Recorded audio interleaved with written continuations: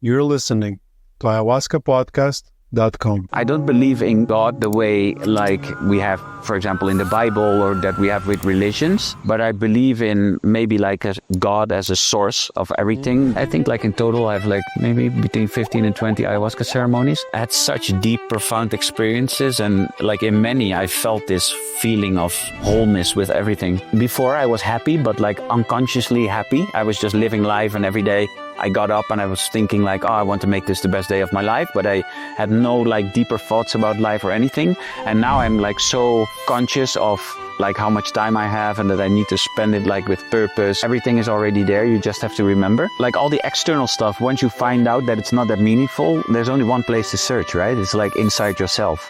And I feel like there's this inner wisdom inside of ourselves that we forget about because we have our lives and everything's busy and we're chasing all this stuff. But when you use ayahuasca, I think you can really connect with this inner wisdom. And inside, for me, there's like this unconditional love and like this inner peace and this feeling of universal trust. I think that if anybody feels it, then they can be happy even without anything. I believe that anybody that gets in touch with this feeling of healing, you can solve a lot of things for yourself.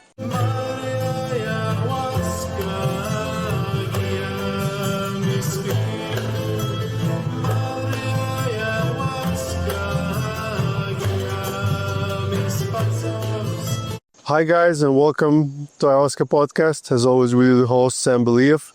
Today I'm having a conversation with Rinus Van Offeren. Yeah. Rinus is a really cool guy. He's been a volunteer here for a few months, patient previously before that. Rinus has his own personal brand helping older men especially be healthy and happy and things like that. Rinus is an ex-military. He used to protect the royal family, right? Yeah, I did bodyguard work for 10 years for the Dutch royal family and also politicians and that stuff. Dutch royal family, politicians. So he has a very interesting story that I'd like you to hear. This episode is sponsored by LaWayra Ayahuasca Retreat. At LaWayra, we combine affordability, accessibility, and authenticity. LaWayra, connect, heal, grow. Guys, I'm looking forward to hosting you. So Rinus, welcome to the show. Thank you. Thank you for having me. Thank you for coming on. First question. Tell us your story. How did you go from super extra masculine, guns wielding, cowboy protecting cowboy to where you are now? And tell what brought you here and what brought you to ayahuasca. Yeah. I think maybe start with the first thing. What brought me to ayahuasca was in 2021 when I, in 2020, I was 40 years old and like a lot of stuff was happening in my life. So I got this feeling of like a midlife crisis. That was maybe the first thing that I started feeling like, okay, like the bus was going like for 40 years in one way. And I don't know, I get this strange feeling that something is like transitioning and that the bus turned around. And then I'm like, okay, this is the last 4 years of my life. So what I'm going to do with it? Like the things that I was doing back then, it started feeling less valuable and more like a lack of purpose also. So I started having these life questions about like, who am I, like deeply inside, like what is life about, like all these things that I never thought about. And at the same time, I broke up with my ex-girlfriend. It was a 12-year relationship. Like the last 5 years, we were talking about having a kid, yes or no, and didn't work out. So at the time I was living in Ibiza because I 2018, I went full-time entrepreneur after my career at the Dutch government. And then I was living in Ibiza and I had like everything, like my status, my money, like my success was at the highest point ever. And I just felt like totally miserable. I felt like really depressed and I started getting into this black hole of, I had like thoughts that I never had before. I was always like Mr. Positivity, like really high stress trained. And I started like tumbling down this rabbit hole of depression. And I had such a nice life before. I mean, I grew up in a very loving family. My parents like really raised me in a good way, although they had their own traumas and had a lot of stuff going on. And but like in my youth also, when I got outside, I was in this environment that was pretty hard. Like I always had to like defend myself, and even as a young boy, like I grew up in tough neighborhoods, and I also did some stuff when I was younger that were like later on in my career. It's strange because I worked for the police force, but when I was younger, like between 15 and 25, I did some stuff that... You're a naughty kid. Yeah, I was a naughty kid. Yeah, I was always like adventurous and trying to find the boundaries of life. And afterwards, I started the career at the Dutch government, and then actually like because I was like growing up in this hard environment, like outside when I was a kid, and then went on into the government work where they like teach you to cut off your emotions completely. Like I felt like a rock after 13 years of doing this work. And I think that tumbled me when I quit the government work, and I was like an entrepreneur for 2 years and traveling the world as a digital nomad. I just stumbled in this hole of depression and not knowing how I could like handle my emotions, and started feeling stuff inside like grief and sadness, but I didn't really have any method to deal with it. And that's actually what brought me to ayahuasca. Then it's really funny because like I broke up with my ex-girlfriend, and afterwards she moved to Mexico. It was a really sad breakup, but because we loved each other very much, and we had to break up because it didn't work because of the child question. But she moved to Mexico, and then after I was in Ibiza, like the trigger point to like do something about it was I got in the hospital in Ibiza at one point because my blood pressure was above 200, like my upper pressure. And I found out by coincidence, but I had this stress feeling in my body already for 5 years, like from my toes to my head. Like every morning that I got up, I got this like stress feeling. It was really bad. And then I got into the hospital in Ibiza by coincidence, spent a full evening there. And then the doctor said, like, you have so much stress in your body, you really need to do something about it because it's pretty dangerous. You're very fit, so that's your luck, but it's very dangerous. And then, like my ex-girlfriend was in Mexico, and she's like, oh, it's very nice to travel here. We didn't mean to see each other. We didn't see each other, but I went to Mexico to travel. And there I was traveling for 3 weeks. And then she sent me a message, and she said, I did an ayahuasca ceremony, and I think you should go. So that was like my first experience getting in touch with ayahuasca. Do you mind sharing the story about you sitting on the rock on Ibiza, or is it a secret? No, it's not a secret. Because I think it's a really touching moment. Yeah, it's like I was stumbling down this hole of like dark feelings, even to the point that I'm getting goosebumps now when I think about it. But it's, and I can still cry about this moment because it's like the last 5 years, the things that I did and the position that I'm in now, I'm so happy now. You are allowed to cry on the podcast. Thank you. I don't know if I will, but I'm getting emotional a little bit. You must. No, you must. But I was sitting on this rock, like in Ibiza. Ibiza is really my island in Europe. I really like it there, and I was sitting on this rock, and like when I got into this, when I broke up with my ex-girlfriend, I was like, I really need to rediscover myself because I didn't know who I was. I quit my job. I went digital nomad. I broke up with my girlfriend. Like this whole phase, like all kinds of things were happening, and I wanted to rediscover myself. So I spent a lot of time alone, like to really get to know myself again. And at one point, I was in Ibiza, like in my place where normally I was very happy, and I was sitting on this rock. Like this beautiful sunset, one of the most beautiful places in Ibiza, like amazing. Yeah, and I felt so depressed after months of dark thoughts. I thought like, if I jump off this cliff, I wouldn't care. And you see the emotions. Yeah, it was a hard moment, but I get emotional because I know where I came from and the way I feel now, because now I have this like this I don't know, unconditional love for myself and this inner peace and this happiness that it took me a while to get there, but I think ayahuasca opened a door for me because 5 years ago, I used to laugh at spiritual people. Like I did, like my mom is very spiritual, but I would always like make fun of her, and like I thought like spiritual people were like hippie kind of like folk. And yeah, my vision on that changed a lot. So, but it started with the ayahuasca, because I did my first ceremony in the jungle in Mexico, and yeah, I don't know. I had experience with psychedelics before, but always like party wise, so never in a ceremonial way. And that first experience there in the jungle in Mexico was for me like really, really profound. And yeah, it connected me with something that I never felt before, something bigger than myself.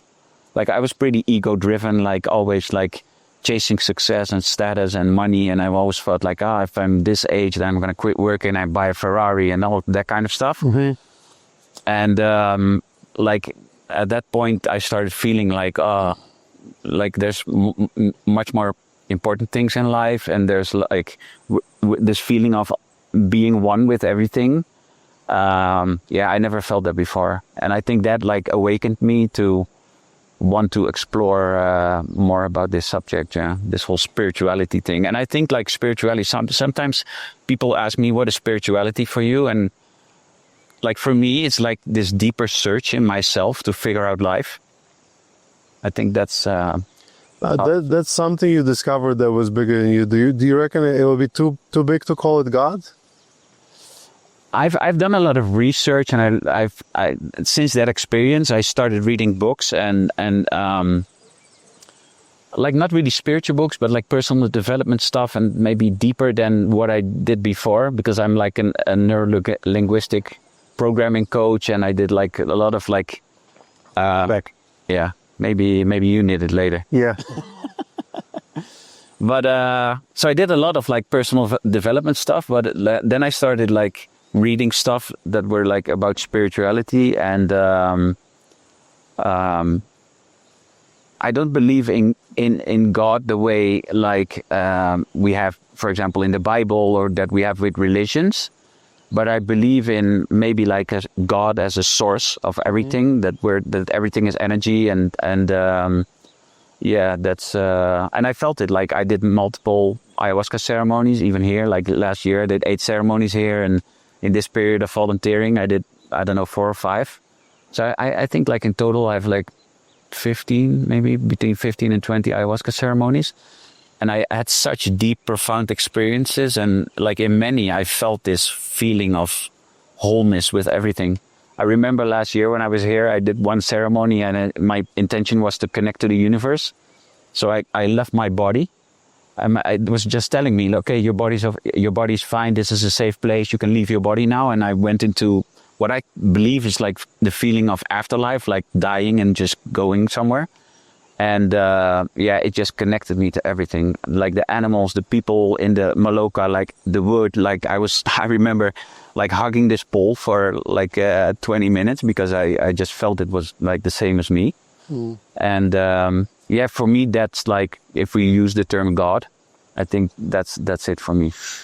Yeah, the best sort of explanation I have found in my personal search is, if God is a tree, it's cool. We have a tree right behind us. Yeah, God is a tree. there was a hummingbird there. Yeah, we are leaves. Yeah. So you're God, I'm God. So it's like a tree without leaves is a dead tree. So it's like, we are God, but we're not really completely God, but we're a little bit of God, and that kind of makes sense, because we're all that. I mean, it's a big tree with a lot of leaves, but still we're all connected. Yeah, it's like I have this feeling now that like, and I had this feeling before I started like really, like before I started reading The Power of Now and like these really spiritual books, like I had, because of the ayahuasca ceremonies, I had these feelings of like, okay, I'm a soul in a human body having this experience, right? And like my soul is part of this bigger thing, like this source, and eventually I'm here to experience, and then I go back to the source and take my experience with me, or with me to like back to whatever that source is. And we'll probably never know, right? Because we find out when we die, but It's there's no way to send a message from the other side. And nice. But I think that's the mystery of life. It's like we're here for like what, like maybe 100 years if you're lucky, 90 or 80 or whatever, and you're just trying to figure out what this thing is about. Yeah, I mean, it definitely changed my view on dying as well, and that notion of that we're souls having a human experience. It's in the books, but it's also, I've learned it from tens of different people from different parts of the world come here to drink ayahuasca, learning it from ayahuasca, and then telling it to me in the word circle. They never read it anywhere. And in different words. It could be, oh, there's an alien ship and we're aliens, we come here and then we go back, or in like very different many ways, but explaining the same concept. Yeah. And the whole idea of living and dying, that brings me to the topic I want to talk to you about. It's like, you were kind of ready to end it prematurely, end your life, which is not recommended. I guess we are here for a reason, and we have to have the full experience. Yeah. You don't want to quit ahead of the time. So first of all, congratulations, and thank you for not ending it. It was, I mean, it's great to have you here, great to have you as a friend. So I'm just happy you didn't do it. But trying to reconnect with those thoughts and those feelings back then, where you were so close, and it's like we're always a hair away from it. It's like something bad happens, and all of a sudden you're like, oh my God, there's always a way out. Yeah. How, what would you tell people, like on the other side of the screen, who are feeling those thoughts, and maybe they're like, I don't know, this ayahuasca thing, whatever. What would you tell them if they're feeling those experiences? Like, what would you want them to do? Yeah.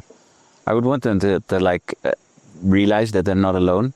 How alone it feels for you at that point. Like there's always like a way out, and there's always like if you're like at the bottom, the only way you can go is like up, right? But you just have to open yourself up for the things that are like available. And I started out with going to the psychiatrist for 13 months, and talking to this psychiatrist. Was a woman. She was very nice.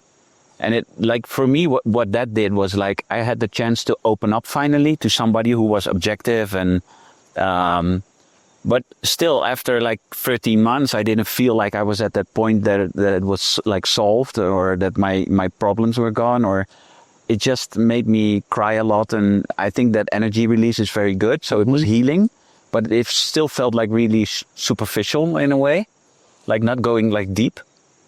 And, yeah, like the plant medicine, it changed the whole thing for me. It's a horrible story, but I had a colleague when I was doing the bodyguard work, and he shot himself on a Saturday afternoon while his wife and kid was at home, and he took his service gun and laid in his bed, and he shot himself in his head, through the head, and. I don't know. I remember because I always remember this stories, and it was Dennis, but I was so caught off of my emotions, like I didn't know how to handle my emotions, that I, like all the guys in the unit, the only thing we did was like make like sick jokes about it, and then laughed a little bit, and then that was our way of coping. So I was in this situation for so long that like I saw horrible stuff, like also, and it just became normal. It was really for me afterwards, it felt, because when I was there, it didn't bother me, but afterwards felt really toxic. And I think that also like got me into this dark space, like not being connected to myself, not being connected to my emotions. So if I would recommend something to anybody that's in that situation, is just try find help and get back in touch with yourself, like on a deeper level. And I think like going to a psychiatrist is good, for example, maybe as a start. But for me, plant medicine like really opened the door to healing. Very hypothetical questions, and you don't have to answer, but now knowing what you know and seeing what you've seen, do you reckon if his name was Dennis? Yeah. If he would just in a lucky chance would have ayahuasca, would you think he would still kill himself? You never know, right? But I think I think back about the situation sometimes, and it's like I remember myself sitting on the rock, right? And thinking like, okay, like I'm ready to jump in. I don't care anymore. And for him, like to get like past this level and take that gun and just shoot himself, it's like, I don't believe I was at that point, because I always was thinking about my loving family and everything. Something was holding me back, but he got to the point that he really did it. And it's like maybe one step more to, just do it. And I believe that if he would like experience, for example, ayahuasca and get this deeper feeling of what's possible to heal, like really get in touch with this darkness that's inside you, and getting the opportunity to heal it. I think that maybe, I don't know, it's a hypothetical, but I believe that anybody that gets in touch with this feeling of healing is you can solve a lot of things for yourself. There is some magic that happens when you work with this medicine that just kind of like opens up something that just changes your perspective forever. And I'm very passionate about this work because I've seen how it helped me and so many people. So I just can't help but think, like, what if instead of like drinking alcohol every Christmas, we would all drink ayahuasca, and with all those Kurt Cobains, or I forgot the name, but this solo guy in the Linkin Park. Oh yeah. Like, would they kill themselves, or maybe they'd still be around? You know, it's like, of course, it's very hypothetical. But if you're listening and you're struggling, get some help, talk to a friend. And if it's really, really rough and you just like nothing else you think is working, and you haven't tried ayahuasca before, just give it a try. Yeah. We had quite a few people that did it, and it worked for them. Not a medical advice, of course, but no, it's if you have nothing to lose, and you're just afraid to be like to puke for one night, you have no reason to be afraid, right? Because so it's like the one thing that, like, because like I want to bring groups of men here, right? And like the one thing that I always hear is like people are afraid of letting go of control, and there's darkness inside them, so they're kind of like afraid of what they'll run into. But for me, like I also had like a lot of darkness in myself, and we're always talking about surrendering, right? Yeah. Like giving yourself to Mama Ayahuasca and just surrendering and let her show you what you need. And I think a lot of people could benefit from it. If you look at the Western modern, like, medical world and all the things they prescribe if you don't feel good.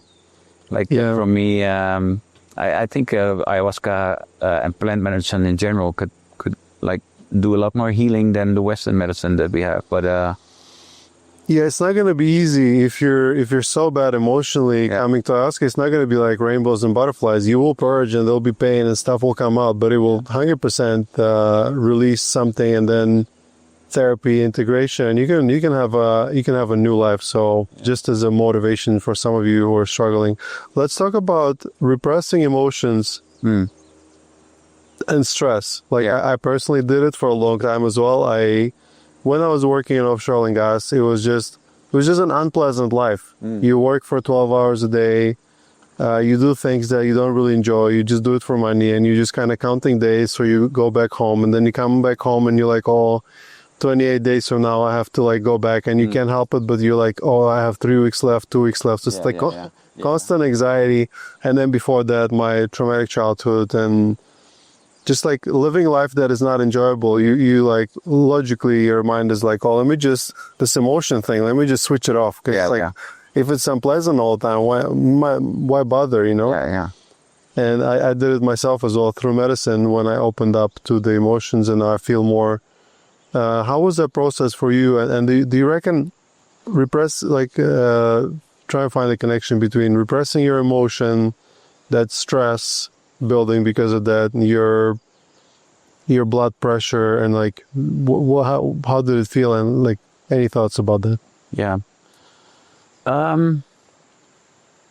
Like for me, I grew up in this loving family, and inside the family, like I was all love.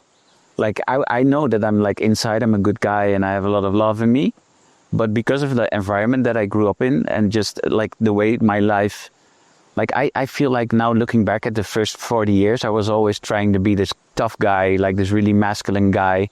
And it's like I was trained for it also. I think I started at a young age to like outside when I was like in this like tough environment and I needed to fight for my spot, and just I don't know, it just turned me into this this tough testosterone monkey. That's exactly how I see you still. Yeah, still. Just kidding. Yeah, I have like a good balance in masculine and feminine energy, I think. But it's like I don't know. Sometimes I think back about it, like how where did it start or where did it happen? And I think it happened like at a really young age. Like I'm gonna tell the story, okay? Because I don't tell this story much because like the rest of the world doesn't know. But when I was 15, I started drug dealing. And I did it until the age of 23. And like I got like this gang-related stuff going on when I was 15. And even in the Netherlands, like you don't think they have it there, but it's like when I went outside, it was all like really like small-time criminals. And that was like, it started out with graffiti and that kind of stuff. But then it grew into like, oh, I want to make some money. And I just started drug dealing, started with weed. And then like in Holland, we have a lot of ecstasy pills and cocaine and that kind of stuff. And it just grew into this business that eventually was pretty big. And I had to toughen up to like really, to get around in that space because there's there's a lot of danger there. And when I was 20 or 21, I bought a gun to protect myself.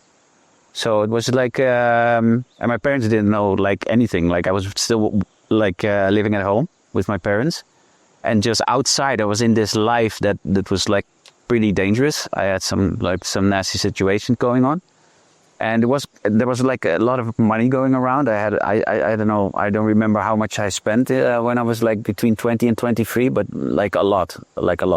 So I had this like life that was for me like very adventurous and it felt like really good, but I got into some bad situations. And I think there I made the switch to like cut myself off of my emotions because I needed to like if it was necessary, I needed to do stuff that wasn't really nice.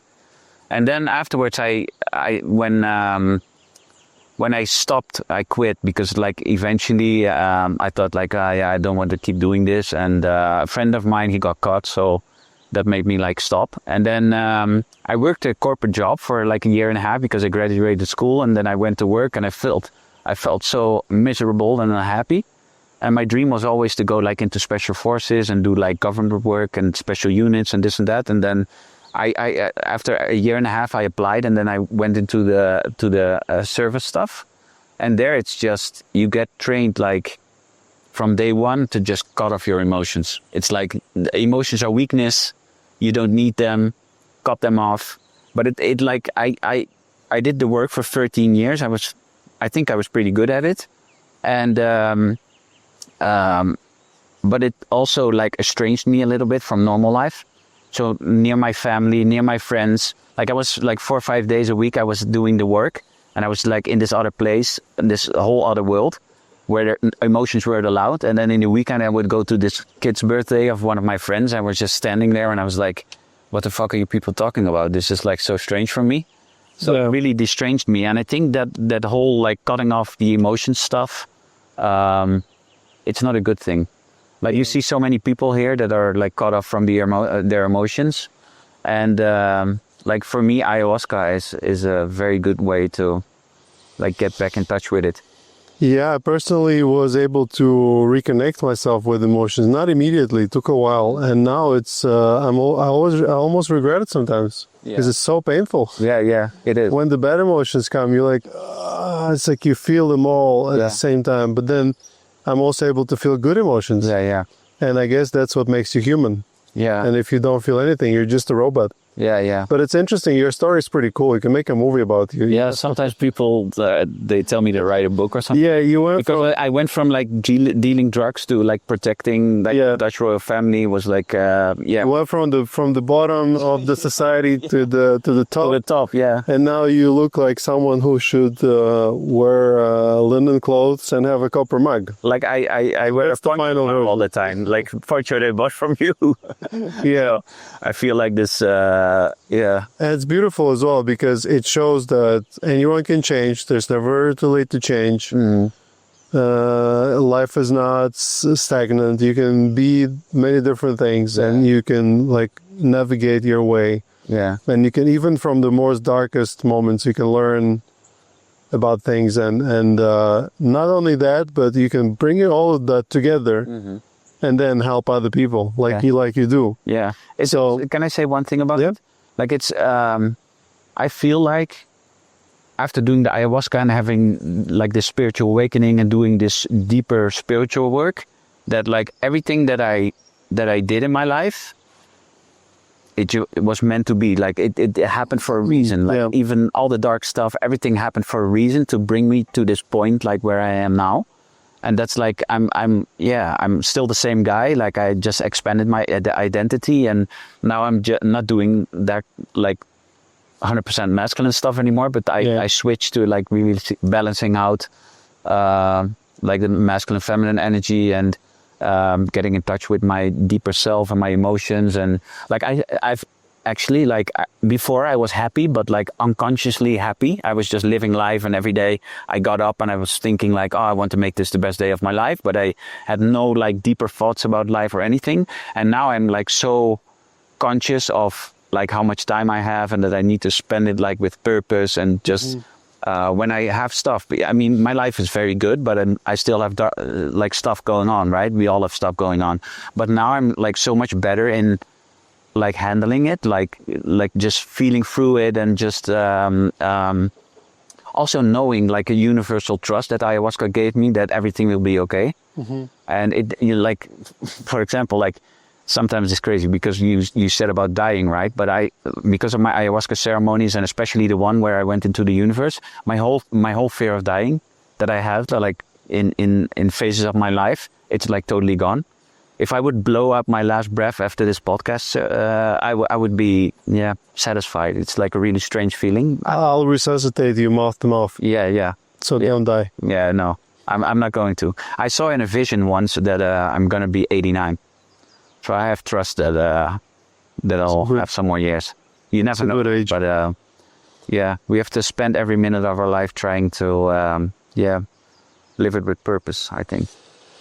Yeah, it's that's the beauty of ayahuasca, right? You come to it for healing. Like, oh, I'm a little depressed, let me just heal, and then your whole world gets turned upside down. Your values change, and you like, understand those things. And I've been in this work for like 5 years now, and it still feels like a very, very beginning. Yeah. And the beauty of your journey and your story is like, if you were just you come from a beautiful family, and let's say you just went to a good school, and then you went to a good job, and now you're same age, but you never had those experiences. Like people would not care about your story, because like, how can you tell someone like what to do and how to overcome struggles if you never had one yourself? Like, how could you coach someone if you just had a nice life? Yeah. So your pain and your struggles give you the strength to then help others. So all of the people, and I meet so many people, and that people that I interview on the podcast as well, they had like really bad things happen to them, or a really difficult life. Yeah. And they went to really dark places to then be able to like get to understand the full spectrum. Yeah. So let's talk about that a little bit. Your work, you work with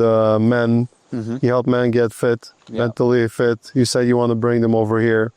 Let's talk about that, and try and talk about midlife crisis. I'm sure you deal a lot with that. What is it? You said you had it yourself. Yeah. I had my little sort of quarter life crisis when I was about like in between 25 and 30. That kind of brought me to this life. Yeah.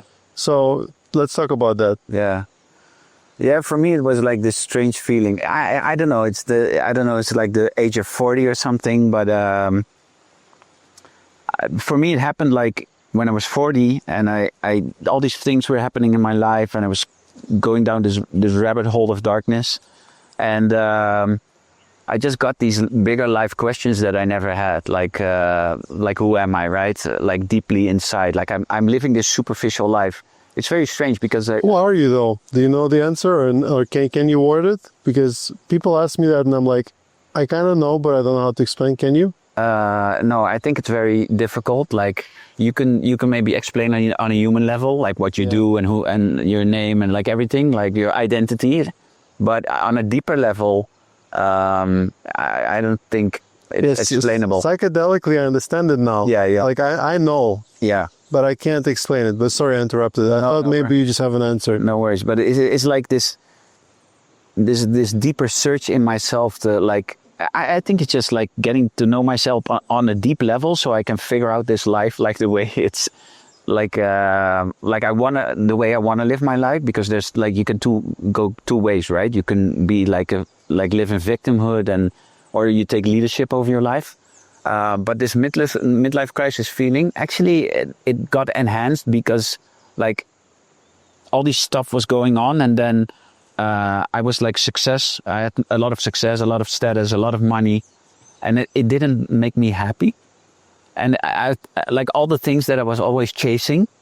It felt like, kind of like not worthless, because I see money as energy now, and I know I need it to like provide in my life, but.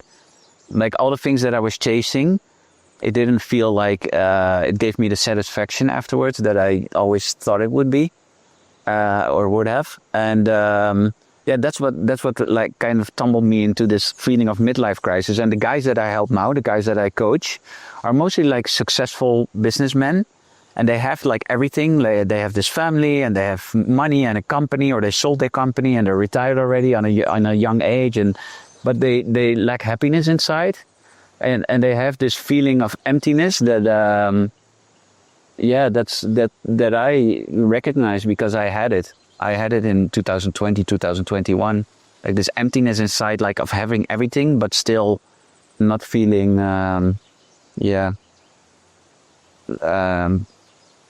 satisfied. I think it's not like, I don't know if satisfied is the right word, but like feeling a little empty and purposeless. How can ayahuasca help? Like, because you want to bring them here. Why? Yeah, because like I know because of coaching all the guys that they have a lack of purpose, right? They have been chasing this thing all the time, all their life, and then they have it, and then they find out that that's not what makes them happy. And like to feel like happy inside is I found out because of ayahuasca that there's like this inner wisdom inside ourselves that I forgot about it. It's funny because I did a ceremony last week, and I wrote one thing in my journal, and it was like, everything is already there, you just have to remember. And I feel like there's this inner wisdom inside of ourselves that we forget about because we have our lives and everything's busy and we're chasing all this stuff. And but when you use ayahuasca, I think you can really connect with this inner wisdom. And inside is this, for me, this is my truth, right? But it's like, for me, there's like this unconditional love and like this inner peace and this feeling of universal trust that I think that if anybody feels it, then they can be happy even without anything. Like my sometimes my world is burning, right? Like stuff around me happens and it's like on fire. I don't know, for me, I just can go back, even when I'm not using ayahuasca, but I can go back to this inner wisdom inside myself and just be safe and be happy and feel this inner peace, even though I have problems. And I know that it's gonna like solve itself. And I'm a hard worker, so I work to solve stuff, but I feel like the universe is guiding me in that way. And I found out because of ayahuasca. So that's why I want to bring the guys here and like really try to connect them with something, because this is my experience, right? Like the experience will be different for everybody, but trying to let them connect with something that's like, maybe unexplainable, but they will feel it when they're here. Yeah. Yeah. That's the challenge of this work, this podcast, or even the documentary we're making. You and I, we understand very well what it is we're talking about. Yeah. But how do you explain to people that feeling or that understanding or that? So hopefully, if someone is listening to like 100 episodes, eventually, by looking at this thing from so many different angles, maybe they can embody it without even drinking ayahuasca. But I mean, honestly, just come and do it. Like, and for me, it took like 3 years. I was like investigating it already for 3 years, but it like ayahuasca calls you, right? There's this moment that it's there, and then you're like, okay, now I'm gonna do it. But it took me like 3 years or something to like really get over that point to come to ayahuasca. And also one thing that is like changed for me, like I was like, and I see a lot of those guys that I coach, I see them doing it. But like I was always chasing like this cheap dopamine stuff, like porn, women, like social media, like news. Like I was always like entangled in this stuff of chasing this cheap dopamine. And I one thing, like my whole spiritual journey wasn't easy because I got rid of like I don't drink alcohol anymore. I don't do drugs like party wise. I party sometimes, but I do it like I get high on my own supply now. And it's like like I quit watching porn, like all this stuff I don't do anymore. But I had a really hard phase of like, okay, I feel that I need to stop this stuff, but like what can replace it? And it took me a while to find out, but ayahuasca also showed me, like I had this really profound session where it just showed me that I should just connect to nature, I should meditate, I should do reading, like all this like boring stuff that I used to like not find that interesting. And like the guys I coach, I see them doing this stuff a lot, like, and everybody walks their own path, right? So they'll get there eventually, hopefully, and maybe some people in this life won't. But I would really like for them, I'm just trying to open doors for them to give them possibilities to find out another way. And I think like ayahuasca, like is for me, it changed my life. Like I got so much profound stuff from it. It's I'm a big fan. And especially people should come here. Yeah. Because I did it in Mexico before, and there was like a shaman from Peru, and there was a good team of helpers. So I'm not complaining about the situation, but there you had like 45 minutes of explanation. This is ayahuasca. Okay, here's a campfire. You can do this and this and this. Here's your first cup. And you could take like 3, 4, 5 in a night. Like it was a full night, like one night experience. And it was like, it felt for me like afterwards, because I had a very good experience, but it felt like more like hardcore, not really for beginners. And I was very happy that I did psychedelics before, so I didn't get like panicky or whatever. But this place is like so safe. Like I would recommend everybody that's like, especially first timers, but also people that have more experience, like to come here and do it in such a safe place with a shaman that is so experienced and like a team of like loving people. And this nature here is like, I don't know, this is a place for me. That's why I'm coming back every year, right? So yeah. So before we switch the topic, you were saying, everything is within you. Yeah. And I'd love to say that I completely understand it and embody it. I still seek things outside of me. Yeah. I think I'm getting older as well.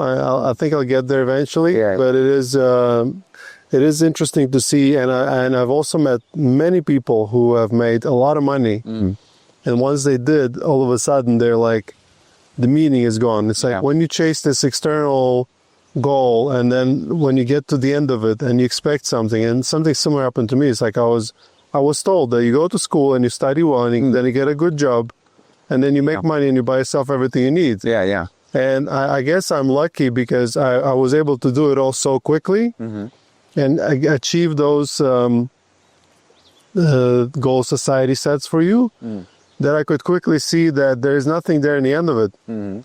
But if you are still in it and you're like, I just have 10 years left of mortgage to pay. And then once I have this house, then I will be happy. Yeah. But the happiness never comes. And especially when you meet people, I've met people that sell their businesses for like 8 figures and they solved all of their problems in the physical reality. And they all of a sudden collapsed. Like they just like, everything lost meaning because now you can't run away from yourself anymore externally. So it's like, you have to go back to the core. You have to like go deep. There's nothing outside. No. And I'm only saying this not as someone who completely embodies it. Disclaimer, I'm still learning it, but it is, I think, very deep understanding. Anything you want to add on that? Yeah, like we're all trying to figure it out, right? I mean, I don't have all the answers. I think this life is like a search for meaning. Like, and I found out, like, I was always chasing stuff that eventually didn't feel like purpose to me, like really meaningful. And now, like, because I did this, like, searching inside myself, that's why I'm saying, like, all the answers are inside yourself, because, like, all the external stuff, once you find out that it's not that meaningful, there's only one place to search, right? It's like inside yourself. And I think it's a search that will never end. So I'm still finding things out. I'm, like, discovering myself, and I really enjoy the journey, even though it's, like, sometimes very hard. But I realized that, like, we have this darkness and light in life, and you should embrace both. Like, I mean, you need the darkness to be more light. And it's just and it's it's true. It's hard to explain, but it's like, because of the ayahuasca, you can really connect with that deeper level inside yourself. Like, this deeper consciousness, I could never find it without plant medicine, like without ayahuasca. And I found it because of ayahuasca. Like, there's people who say that, like meditation or this or that. And I'm like, I use all those things. But, like, the only thing that really brought me, like, really, really deep, I believe, to my core, like on a soul level, where I felt things that I probably, I don't believe I could find out in any other way. Like, ayahuasca brought me there. And that's why I'm, like, such a fan of it. Yeah, I love all the modalities out there. I think they all have place, and they all have, like, I meditate and I do yoga. If you can see my yoga mat right there. Yes. This is where I do my yoga as well, my podcast studio. But not often, unfortunately. I'm still trying to do it more often. You have a good view, Yeah. All of them are good. But I think for some of them, for some of us, if not most of us, we're so far gone because of the way the society is, and because of how locked we are. It's like, it will probably take me 50 years of meditation to ever get there, but I would not be able to meditate for 50 years. No. So I think ayahuasca is this dynamite that we need, a lot of us need, just to, like, break through. And then after that, you can use all of the other things. Yeah. Because now you can use meditation to integrate, and you can use coaching and therapy.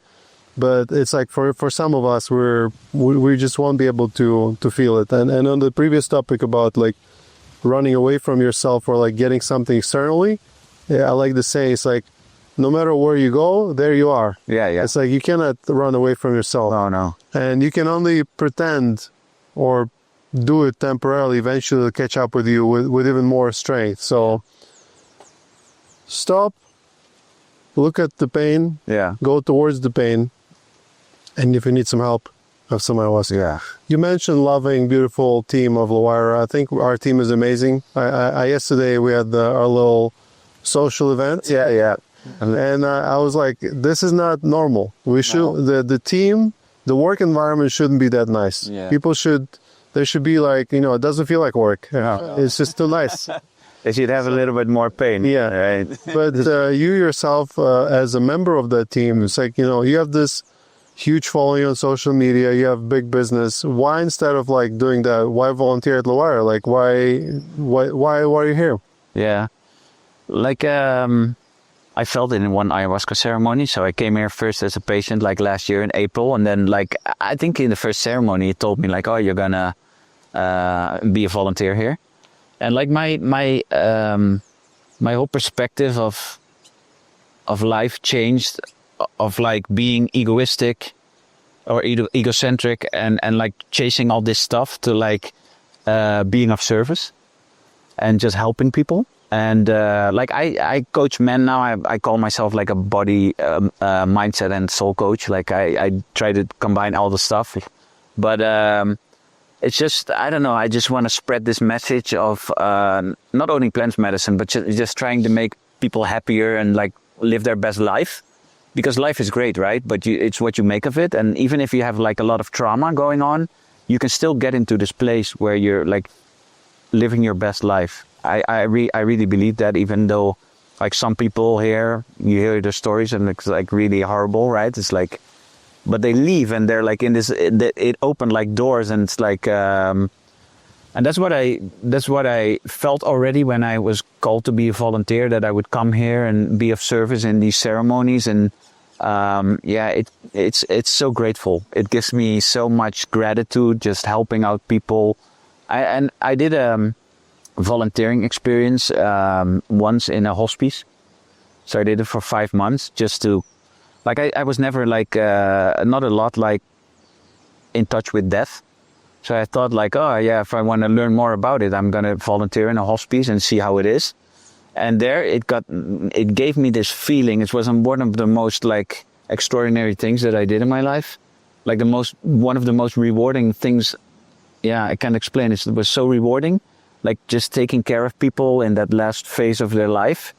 And this just opened the door for me to, like, I don't know, be of service and just help other people. And this place for me, I mean, this already feels like my second home, right? It's like I want to come back every year, and I want to volunteer every year, and I come back as a patient. So I'm really connected to this place. And yeah, I would just, everybody who's thinking about volunteering, just come and try it out. And yeah, I think it will like give you a lot of gratitude. Yeah. I mean, mind the volunteering here is not easy. No. It's a very emotional, it's draining. It's like, there's a lot of like, it's like going to a gym. Yeah. It's like going to a spiritual gym, because you're in a ward circle and there's people sharing and you're learning about yourself, and then you drink the medicine yourself. But so it is hard, but it also like makes you stronger and it makes you learn a lot. I think like for me personally, I mean, of course I do a lot of it myself, and I used to do all of it myself from the beginning. But like all those word circles, for example, it's like I can't think of a different way to gain so much wisdom than to be in those word circles, and like you start to see patterns and you analyze and you learn, and it's just like I feel like sometimes people ask me things and I'm like, oh, here's your answer. I'm like, where do I even know this from? Like you start to feel wise. This combination of ayahuasca and people and so much emotions. What have you learned from volunteering here? Like there's a lot of stuff going on when you volunteer. Like you're in your personal process. So you drink ayahuasca, and you drink the service cups, and you're in your personal process. And then you have the team dynamics, and then you have like the energy of the patients. What I've learned, like for people thinking about doing ayahuasca or maybe volunteering, is like for me the biggest lesson if you come here and you get in touch with ayahuasca, like it will open doors that can change your life. So it's like you see the most horrible stories here, right? People come here like child abuse, like all these stories that I'm like unimaginable for me, like the things that people have gone through. And then like they walk out here like a week later or 2 weeks later or whatever, they have their journey here and they walk out and they have this like, I don't know, this positive energy over them. It's it's very, very profound to see. And you learn so much from hearing all the stories, right? Even if you're like part of the team or you're like a patient here, like the word circles, like all the experiences of other people, it's just healing by itself. And I think that's for me, like I had even my personal process, like coming here for the last couple of months, it's given me so much that it's probably too much to just name, but it's really, really beautiful. Seeing the buses of unhappy people come and then buses of happy people leave. It's like a factory. Conveyor belt. People come unhappy and leave happy. It feels a little bit that way because we see buses come and buses leave, right? And every time it's like you're a little bit sad, like you had such a nice experience with this group and then they leave again. So, I worked in a factory once. It didn't feel the same as here. But, it's a spiritual factory. Yeah, this is a spiritual factory. Yeah. So, you mentioned that topic a couple times, masculinity. I've heard people refer to you in the word circles like, Rinus, you're the epitome of masculinity, like the way you balance things. You know, can you talk to us about that? You know, obviously you're a masculine guy, you teach people, you're military, you know, you can kill and you can love and all that. now you can cry and all that stuff. So talk about like healthy masculinity. Yeah. I think like healthy masculinity is like having the really good balance between being masculine and also like embracing your feminine energy. And like a couple of years ago, I didn't even know what like feminine energy was. So yeah, for me, it's like getting in touch with my feminine side is like connecting with my emotions, letting myself feel them and just cry if I have to, or just go through the emotions and whatever comes and makes me angry or whatever, like really connecting with it on a deeper level. Like I used to, when I thought like emotions were thoughts, right? But emotions are like in your body and your brain makes something of it. Mm-hmm. So it's like really connecting deeply with that. And it just gave me this better understanding of myself, like better understanding of other people, like more compassion, like intuition, like, but on a different level. I had intuition before because I did the bodyguard work and you need it, right? But it's like on a different level, like, feeling other people, like, their energies or what's going on with people. I don't know. It's like, especially the compassion. I don't think like I was a very compassionate guy before, because I was so closed off, but now because I'm like so in touch with myself, I have all these like things that we can call like feminine energy, but it's like I use them when I need to. So I'm still this, like, I can be a tough guy and I can do manly stuff, and like people always say, oh, I feel so safe around you and you're so masculine and this and that. But I also like when I need to cry, I just cry because I know it's like letting go of energy. I don't like, I stopped wearing all my masks. Like I had a lot of masks. Like I was always trying to the outside be this certain type of guy. And now I'm like, I don't care what everybody thinks about me. And if I need to cry, I need to cry. If I get emotional, I get emotional. It's and it's a very nice feeling. It's like, it made me feel whole. When before I was just this, I don't know, like I always call it like this testosterone monkey. And always like chasing certain stuff. And now I'm, like, for example, like my relationship with my girlfriend. Like in my last relationship with my ex, afterwards, like in the relationship, I was a little bit egocentric, so I didn't really care on a deep level. And I was cut off by, I don't think I can, it wasn't really my fault because I was cut off so far from my emotions. But now, with my current girlfriend, and I think I needed to go through all that stuff before with my ex and all the relationships that I had to become this man that I am now. But now I'm just really, I can really like understand my girlfriend better.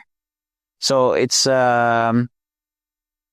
I don't know, it's just this process of connecting with this feminine energy, but still being a man. And like in the world we live in, I see this like two types of men, like men that are like really masculine, like always chasing stuff, and like how I was a little bit, but maybe in their own like personal life.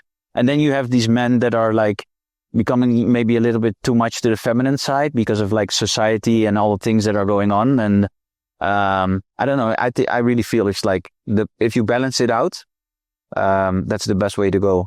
And I feel like really whole. Yeah. You look whole. Yeah.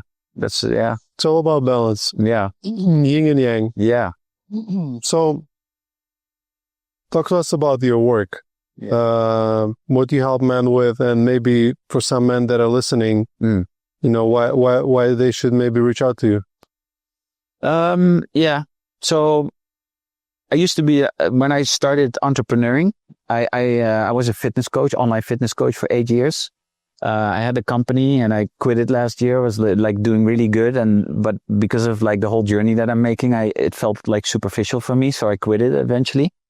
And now I'm like combining all the stuff that I'm like, this whole journey that I did, I find like, okay, we're like a soul in a human body. So you need your body, right? You need a good body to live this life. So I help guys, if they're not in shape, I help them get in shape and get healthy.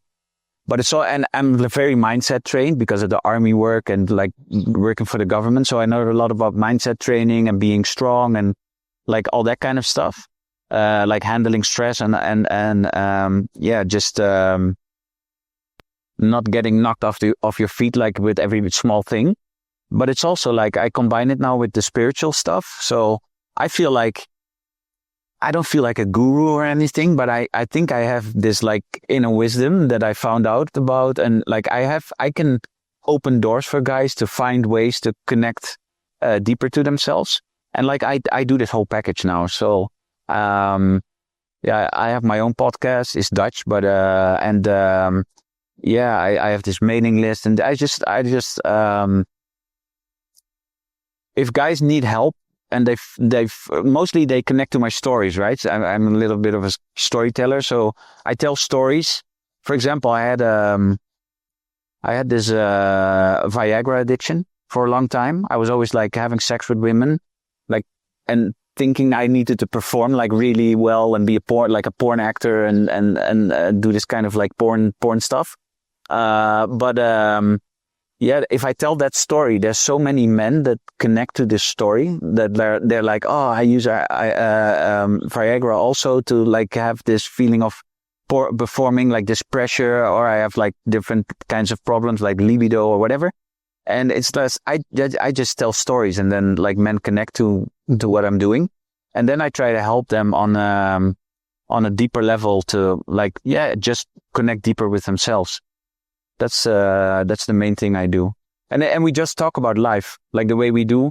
Like we talk about life, and I'm very intuitive. So usually it can go about their relationship, can go about their health, can go about like their search for purpose, like, sometimes, I don't know, people call me a life coach, but I think, I don't know if that's the right term, but I just share my experience and try to help guys mostly find themselves back, get healthy mentally, physically, and also maybe connect on a spiritual level.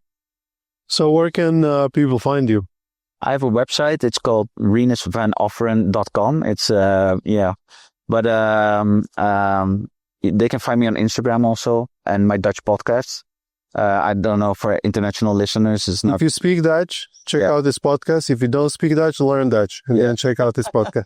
But also, like, if you're English speaking, like you can find me on my website and just send me a message. What's your Instagram handle?